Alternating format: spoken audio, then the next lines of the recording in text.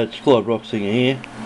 I've taken this strength tester to new levels. As I've said, you just got to keep making it and making it and making it.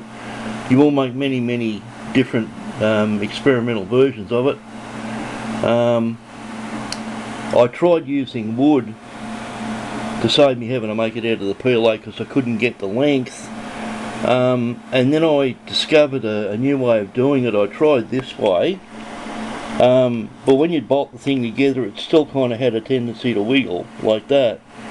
So I come up with this idea where it's got recesses in it, and this holds it like dead flat. I mean really flat enough, you can see it there, but that's dead flat, and it's really rigid too. You can see how tight the tolerances are.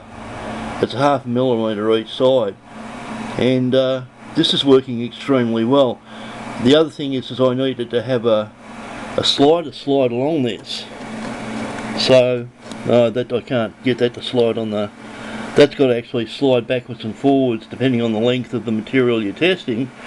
And I've come up with this idea where you recess the screws, and that one's a bit deeper on the other one. As you can see on the model I've drawn up, it's got recesses for the screws and the nut. You use a square nut, you use a 3/16 screw, and you use these square nuts, and you can actually lock it in place, and you only have to screw it in and they stay there. That works extremely well. The hex ones are a problem, they don't work very well. So you can actually get the square nuts. Usually when you buy them, the bigger ones, you get the hex nuts. You've got to buy a whole heap of the square ones if you're using PLA, and they work fantastic because you just make it, it's 1 millimetre, 0.5 millimetre each side of whatever the diameter or whatever the width and length of the nut is, and give it an extra millimetre. So those screws are, I think they're 3.6 millimetres in diameter, and I give it 4.6 millimetres when I make the hole for it.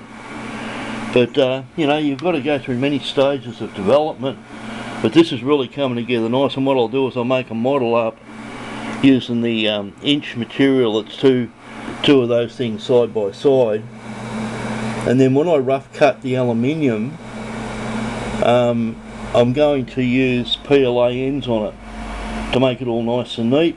And trick number 42, I've seen a fitter do it. I'm only a panel beater.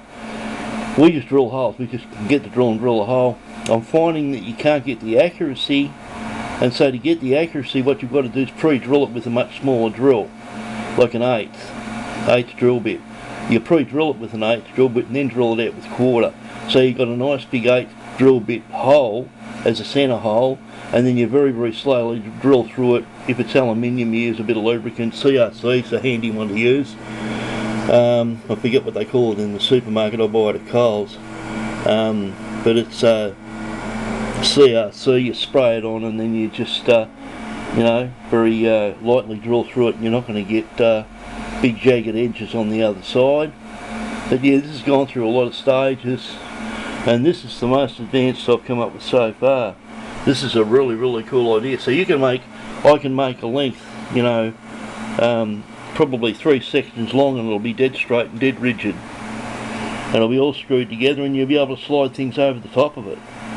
It'll all have the stuff all recessed into it.